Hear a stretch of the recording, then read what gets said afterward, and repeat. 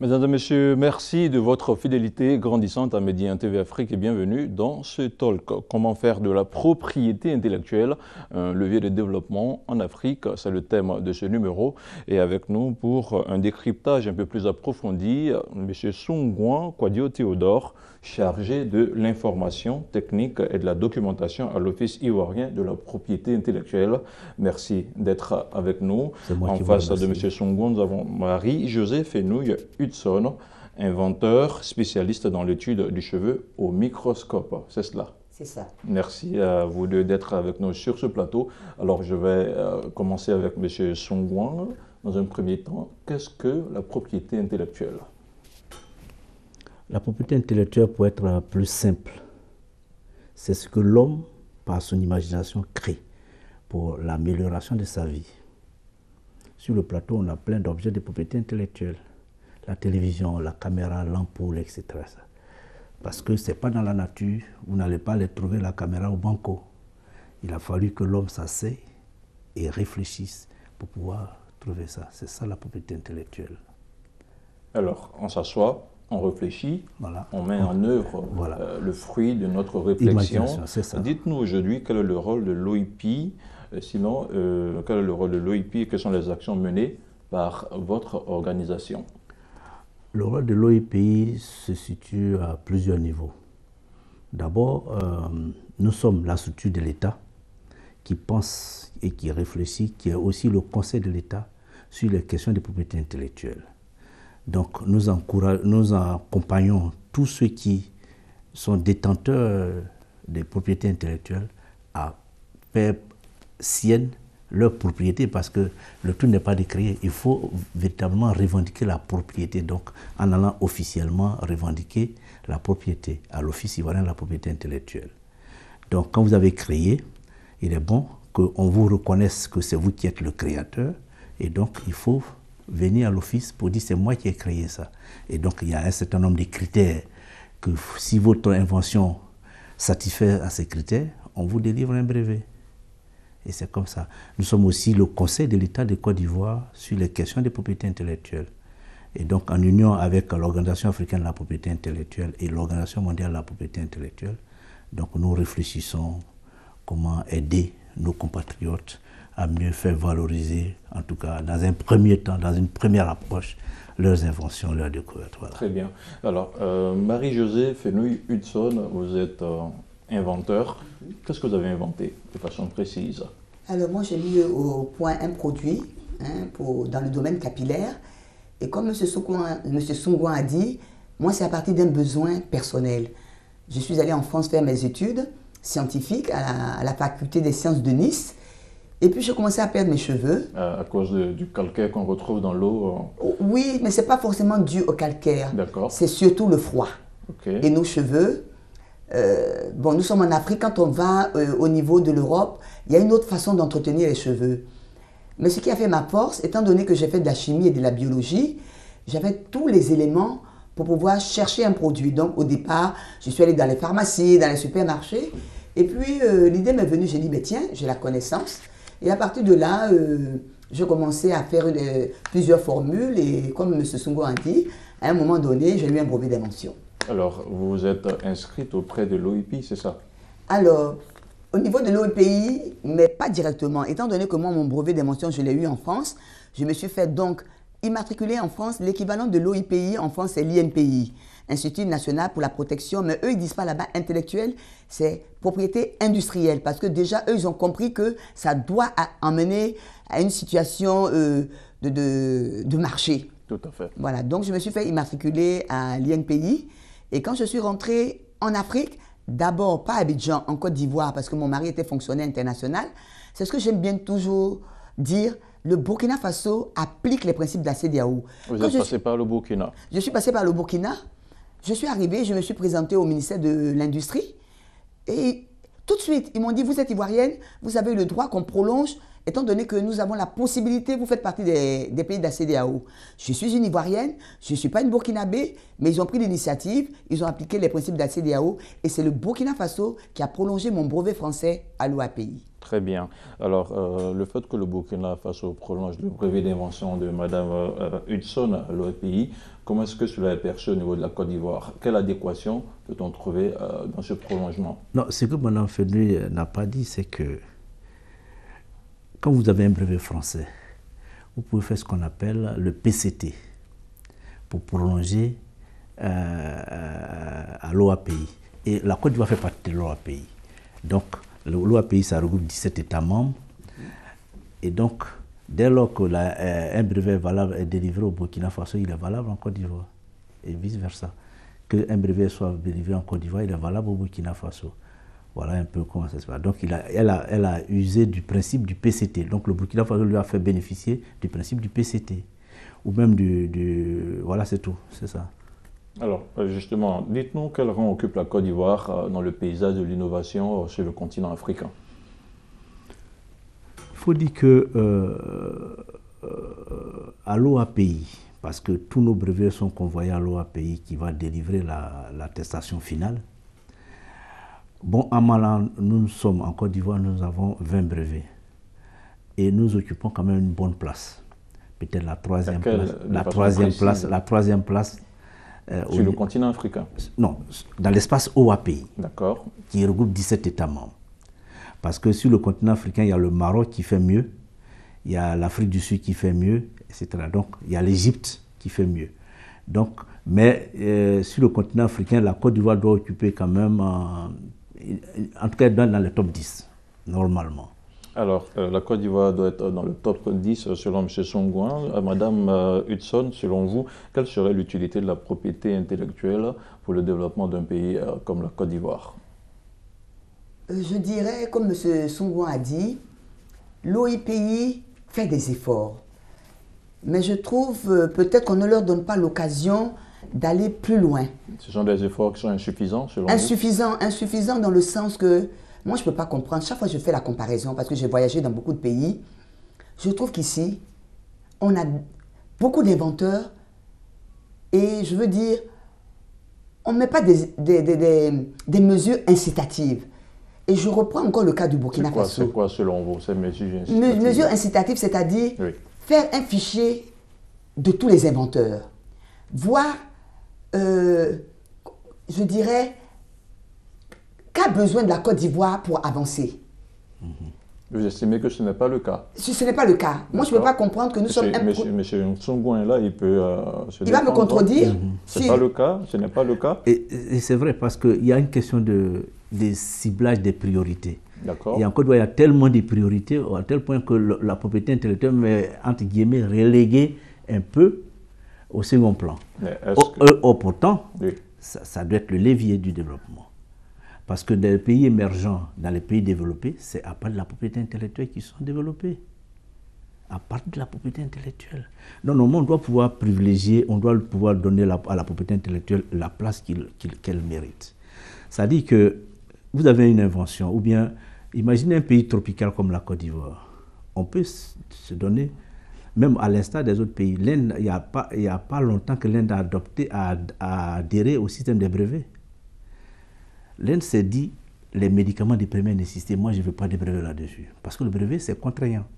C'est un droit privatif. Donc, je ne fais pas de brevet. Pour parler encore, pour être encore plus concret, l'Allemagne, à un moment donné, n'avait pas de brevet sur les produits chimiques. Le Japon, la Chine, c'est la même chose. En fonction des priorités, de ce que nous voulons avoir dans 10 ans, dans 15 ans, nous disons, on lève tout ce qui est... Tout ce qui est contraignant. Contraignant, et on développe ça. On développe ça. Donc, c'est ce qui vient à dire que Mme Hudson a totalement raison. Tout à fait, tout à fait. Poursuivez, madame. Alors, moi, je veux même donner un exemple. Je ne peux pas comprendre que nous sommes un pays agricole et qu'on ne s'intéresse pas, par exemple, dans le domaine de l'invention, tous ceux qui ont fait quelque chose au niveau de l'agriculture. C'est honteux de dire que, oui, on est un pays agricole et on n'a même pas d'industrie concernant l'agriculture, qui est notre priorité. Et malgré qu'on parle de priorité, moi je dis, il n'y a aucune priorité. Parce qu'un domaine où on croit qu'il n'y a pas d'avenir, c'est ce domaine-là qui peut créer des emplois pour favoriser le domaine agricole. Je donne chaque fois l'exemple en France. Moi, je suis partie partout en Asie. Mais qu'est-ce qui fait la force de la France? Quand vous allez dans les pays, on voit l'industrie du luxe, on voit Vuitton, on voit Saint-Laurent. Pourtant, la France fait autre chose. Mais pourquoi on monte ce domaine du luxe? Parce que c'est ce domaine du luxe qui fait connaître la France et le reste suit.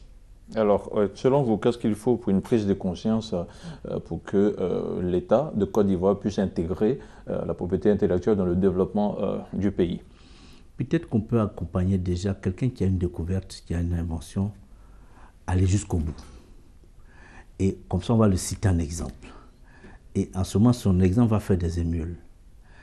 Parce que je me dis, c'est vrai, là, il y a le CNRA, il y a plein de laboratoires de recherche fondamentale, etc., au niveau de l'agriculture, etc. Mais les particuliers qui inventent, il faut bien que l'État les accompagne pour aller de l'invention à rendre leurs produits commercialisables. Donc, de bout en bout. Justement, de façon précise, qu'est-ce qui est fait en l'espèce en Côte d'Ivoire? Actuellement, les inventeurs sont livrés à eux-mêmes. Peut-être qu'au niveau de l'office, on a une petite subvention d'à peine 10 millions pour les aider, mais 10 millions, vous savez que ça ne peut rien faire. Donc, il faut que l'État s'engage véritablement à accompagner les inventeurs. Alors, selon vous, l'engagement de l'État doit être à quel niveau exactement? Au niveau financier? Tout, au niveau financier, au niveau encadrement, au niveau technique. Parce que, voyez-vous, vous pouvez inventer, vous pouvez déjà parler, peut-être même d'inventer la caméra. Mais vous n'êtes pas électronicien, peut-être. Vous n'êtes pas mécanicien, vous n'êtes pas... Donc, il faut bien que, quand vous avez eu l'idée, que vous avez conçue, il faut bien qu'il y ait tous ces techniciens-là qui vous accompagnent. Comment ils vivent? Comment ils sont accompagnés véritablement? Comment vous allez payer la matière première, etc., etc. C'est un peu ça. Donc, soit on peut les accompagner par des systèmes de financement à taux zéro, je ne sais pas, en tout cas. Parce que même encore, la France le fait actuellement. La France le fait. Et pourtant, c'est la France qui nous a colonisés. La France le fait. Donc, on peut accompagner. Ça dit qu'on peut décider peut-être au bout de 5 ans, de 2 ans, de 3 ans. On peut ne pas prendre beaucoup, 1 ou 2. Aller jusqu'au bout. Voir que c'est un Ivoirien qui a fait ça. On va être fiers. Et vulgariser par la suite ce qui a été fait.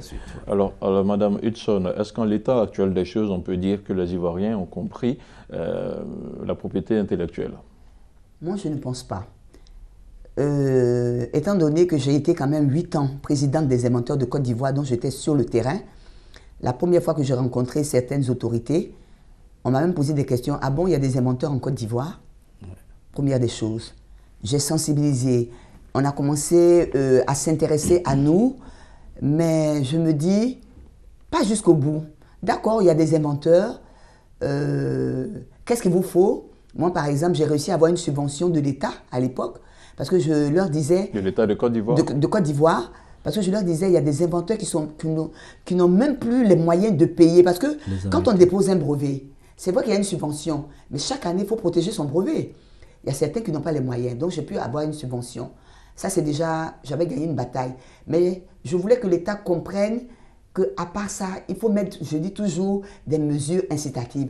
On ne dit pas à l'État de nous créer des industries, mais au moins, par exemple, quand il y a un colloque, quand il y a des investisseurs qui viennent, par secteur, pourquoi ne pas appeler les inventeurs pour faire des mises en relation, des joint ventures, des partenariats gagnant-gagnant. D'accord. Moi, j'ai participé à l'international, par exemple, au Salon de l'invention de Marseille. Mais à partir de là, j'ai eu des conseils que les autres n'ont pas eu. C'est pour ça que je me sentais à chaque fois fort dans ma bataille. Les gens s'approchaient de moi, on me posait des questions. Ah bon, vous croyez, ça peut faire pousser les cheveux? Et comme j'ai l'aspect scientifique, je répondais donc... C'est parce que, comme je dis, j'ai trop aimé l'Afrique, j'ai trop aimé la Côte d'Ivoire. Je voulais revenir dans mon pays. Et chaque fois, je répète, c'est l'erreur que j'ai faite. J'aurais dû commencer en France, où tout azimut, j'avais des partenariats gagnant-gagnant. Mais j'ai préféré laisser tout ça et venir en Côte d'Ivoire. Et chaque fois, je dis, j'ai perdu 15 années. Maintenant, je retourne à l'international. C'est un remords? J'ai un remords. Et je suis frustrée. Frustrée dans le bon sens. Pour dire, vous ne comprenez pas ce que je fais, Ben, on va aller à l'international. Et quand on parlera de moi à l'international, peut-être vous comprendrez que vous avez perdu quelqu'un. Et vous êtes mieux perçu à l'international en ce moment? Oui. Je suis mieux connue à l'international qu'en Côte d'Ivoire. En Côte d'Ivoire, on sait, oui, bon, il y a une certaine dame qui a fait les produits pour les cheveux et ça s'arrête là. Alors qu'à l'international... Justement, qu'est-ce que vous faites pour vulgariser votre invention? Mais pour vulgariser, comme M. Soumouin de façon personnelle, hein? Oui, de manière... D'abord, on a parlé de moi. La première fois que je suis venue en Côte d'Ivoire, chaque fois je remercie les journalistes. Les journalistes ont fait un vacarme sur moi. Pendant un an, on n'entendait parler que de moi. Donc rien que ça devait attirer l'attention des autorités. Mais après ça, ce qui me fait mal au cœur, c'est pourquoi je dis j'aime toujours l'Afrique. J'ai mobilisé des partenaires à l'étranger. Plus les gens qui ont vu mes résultats ici, des femmes qui ont convaincu leur mari, on a mis des millions, on a créé une société anonyme. Mais je dis toujours, le reste ne suit pas. Alors, il y a un peu comme un remords chez Mme Hudson. Monsieur Soumouin, qu'est-ce que vous faites exactement de façon précise pour lutter contre la contrefaçon? Vous savez, nous sommes l'État. Donc l'État ne fait que mettre les lois en place. Donc pour lutter contre la contrefaçon, nous avons créé le CNLC, donc le Comité national de lutte contre la contrefaçon. Donc c'est une cellule qui est issue du ministère de l'Industrie, à l'initiative de l'Office ivoirien de la propriété intellectuelle, pour lutter véritablement contre la... Et donc dans le CNLC, il y a des douaniers, il y a des magistrats, il y a la police économique, etc. etc. Donc c'est comme ça que nous aidons. Et quelles sont exactement les actions que vous menez sur le terrain pour véritablement contrer la contrebande? Voilà. Bon, comme je l'ai dit, nous, on ne fait pas la répression. Donc la répression est dévolue. La sensibilisation. Donc maintenant, pour que on fait plus de la formation. Formation pour enregistrer. Parce qu'il y a contrefaçon quand il y a atteinte à un droit de propriété intellectuelle. Vous n'avez pas de droit pour ne pas parler de contrefaçon. Donc, ceux qui ont des idées, ceux qui ont des projets, par exemple une marque ou un brevet, il faut qu'ils viennent protéger. Une fois c'est protégé, quiconque enfreint, donc quiconque utilise frauduleusement ta marque ou ton brevet, il est en contrefaçon. Et en ce moment-là, tu peux aller te plaindre. Voilà un peu. Donc, il faut s'inscrire dans la légalité pour pouvoir véritablement faire valoir tes droits. Qu'est-ce que ça coûte de s'inscrire dans la légalité quand on est inventeur en Côte d'Ivoire? Bon, un inventeur, comme Madame l'a dit, parce que l'État de Côte d'Ivoire, à travers le ministre de l'Industrie, qui est le représentant au conseil d'administration de l'OAPI, donc l'OAPI a donc décidé que tous les inventeurs ivoiriens soient subventionnés. C'est-à-dire que vous avez un brevet qui coûte 560 000 francs. La première année, vous payez 10%. Donc ça vous fait à peu près 25 000 francs, quelque chose comme ça. On peut se dire que c'est à la portée, mais c'est pas, comme elle le dit, c'est pas à la portée de tous. Parce qu'un inventeur, ça peut être n'importe qui. Il n'a pas forcément les moyens. Voilà. Oui. Mais il a des idées. Et donc, de la deuxième année jusqu'à la 10e année, c'est subventionné jusqu'à, vous payez que 20%. Donc 44 500. Donc voilà un peu ce que l'État apporte comme subvention ou bien comme assistance aux inventeurs. Et donc de telle sorte que il ne doit pas normalement avoir peur, il ne doit pas craindre de venir enregistrer. Est-ce que vous sensibilisez à ce niveau? Tout à fait. Il y a un message qui est porté à l'attention des inventeurs? Tout à fait, beaucoup. Et même au moment où je vous parle, il y a une équipe qui est à l'INPHB, formée encore les alors, pour revenir à notre thème du jour, Madame Hudson, en quoi est-ce que la propriété intellectuelle pourrait contribuer au développement du continent africain et de façon spécifique au développement de la Côte d'Ivoire? Alors, moi, je dirais, une fois que l'OIPI a fait son travail, je me dis le ministère de l'Industrie, le ministère de la Recherche scientifique doit pouvoir avoir un fichier de tous les inventeurs. Et à partir de là, prendre des priorités du pays. Moi, je prends le cas de la Côte d'Ivoire, c'est l'agriculture. On produit du café, du cacao, de l'anacarde. Moi, je me rappelle, à l'époque, il y avait un inventeur qui avait fait un genre de petit appareil pour casser les cabosses de cacao. Mais ça pouvait aider les agriculteurs. C'est-à-dire, on s'est pas occupé de lui. Aujourd'hui, je ne sais même plus ce qu'il devient. Voilà. Et il y a eu plusieurs inventeurs. L'effet de découragement a fait qu'ils sont partis. Donc, je me dis, si on veut avancer, si on veut avoir des industries, surtout, parce qu'on aime parler toujours en Côte d'Ivoire, pays émergent. Mais pour être un pays émergent, c'est la science, c'est l'invention. À partir d'une seule invention, on peut créer des emplois. Voilà. Alors ça, c'est votre vision. Oui. Monsieur Songouan, une réaction par rapport à la même question? Oui, je partage totalement la vision de Mme Fenouil parce que on est un pays agricole. Comme je l'ai dit tout à l'heure, entre 10 000 priorités, on peut choisir, ne serait-ce que peut-être parce que... Celle qui peut nous permettre d'avancer. Tout à fait. Imaginez que la Côte d'Ivoire et le Ghana ont plus de la moitié de la production cacaoyère au monde. 60%. 60%. Il y a combien d'usines de transformation pour prendre le chocolat en Côte d'Ivoire, au Ghana? C'est toujours les mêmes usines, les mêmes multinationales qui sont venues s'implanter. Il ne faut pas de recherche et développement. Or, suivez un peu la migration de la culture cacaoyère. Depuis l'Est, maintenant, on est confiné à l'Ouest. Et dans 10 ans, dans 15 ans, ce n'est pas évident qu'on ait la même superficie à l'Ouest. Le cacao est en train de mourir. Le chou d'un choix est en train de tout détruire. Comment faire en sorte que, comme Madame l'a dit, on développe, on développe l'écosystème du cacao pour que, véritablement, tout le monde gagne. La question reste posée. Voilà. Justement, au niveau économique, Madame Hudson, quel pourrait être l'apport de la propriété intellectuelle, surtout quand on sait que l'environnement de l'innovation et de l'invention est en perpétuelle mutation? Perpétuelle mutation, moi je dirais oui et non. Moi je vais prendre un cas concret. Allez-y. Le mien, qui est un besoin vital. C'est-à-dire, moi j'ai cru au départ que j'avais fait un produit par rapport au fait que je perdais des cheveux. Mais en fait, je ne savais pas que 10 ans après, il y allait avoir un phénomène en Afrique, comme je dis. Pourquoi paraître? Les femmes, vous voyez bien, mettent des faux cheveux. Et ces faux cheveux... Et là, on assiste à l'apparition du phénomène nappy, comme on dit. Voilà. Ça? Et nappy, effectivement, comme je dis aussi, nappy, c'est un phénomène, oui et non. Parce qu'il y a certaines qui sont venues me voir. Entretenir les cheveux nappy, il faut avoir le courage. Parce que moi, j'étais nappy avant d'aller faire mes études en France. Bon, bref, on va... on va pas passer dans ce domaine. Mais je vais expliquer pour dire, une fois que quelqu'un a fait quelque chose qui est nécessaire, parce que moi, c'est la santé capillaire. Je peux vous dire, sur 10 femmes que je vois en Côte d'Ivoire, 7 dixièmes deviennent chauves, ont une alopécie sévère parce qu'elles mettent des faux cheveux et ça tire sur le bulbe. Donc j'ai mis un produit qui est vital, je dirais. Est-ce que vous aimeriez avoir une femme qui est chauve? Je ne pense pas. Pas du tout. Pas du tout. Je n'aimerais même pas être chauve moi-même. Et les femmes sont découragées, mais je dis, battez-vous à ma place. Parce qu'elle me dit, Madame Fenouil, tu as arrêté, c'est pas toi qui souffres, c'est nous qui souffrons.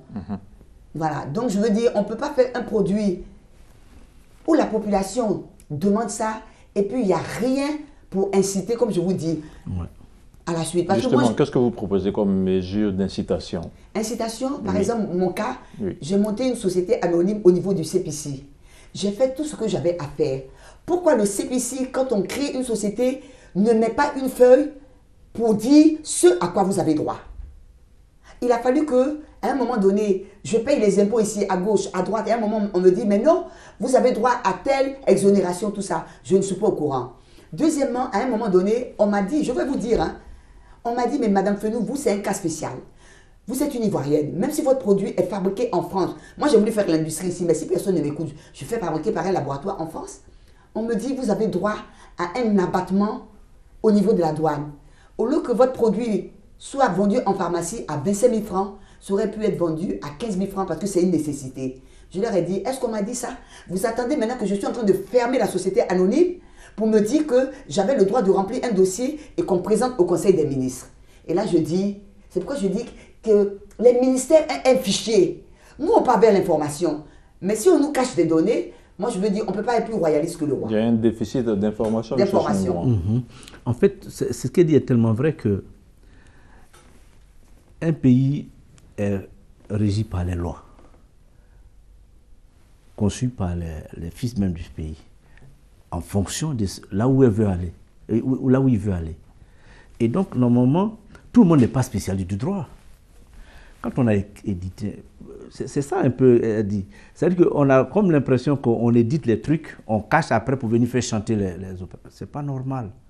Or, si on veut vraiment aider les Ivoiriens, l'agent du fisc qui a édité son droit, il doit pouvoir être là pour accompagner. Pour dire, toi, tu dois payer ça, tu dois pas payer ça, tu dois payer ça, tu dois pas payer ça. Et petit à petit, le gars, il prend du volume. Mais si tel n'est pas le cas, elle a été obligée de fermer. Pourquoi? Parce qu'elle coupissait sous le poids des impôts. Alors qu'il y a un certain nombre de dispositions qu'elle pouvait prendre sans. C'est malheureux. Donc, tout le monde n'est pas spécialiste du droit. Et quand on a édité du droit, quand on a édité un droit pour faire avancer quelque chose, il faut qu'on se donne d'expliquer. On a à peine 50 ans d'existence, hein, donc tout le monde n'est pas au fait de ces rouages-là. Donc il faut expliquer, réexpliquer, réexpliquer. Ça Très bien. Alors, nous avons que juste 26 minutes. Nous allons nous retrouver tout à l'heure pour la deuxième partie de cette émission, voilà, qui referme cette première partie du talk consacré à la propriété intellectuelle sur le continent. Je vous retrouve pour un autre numéro.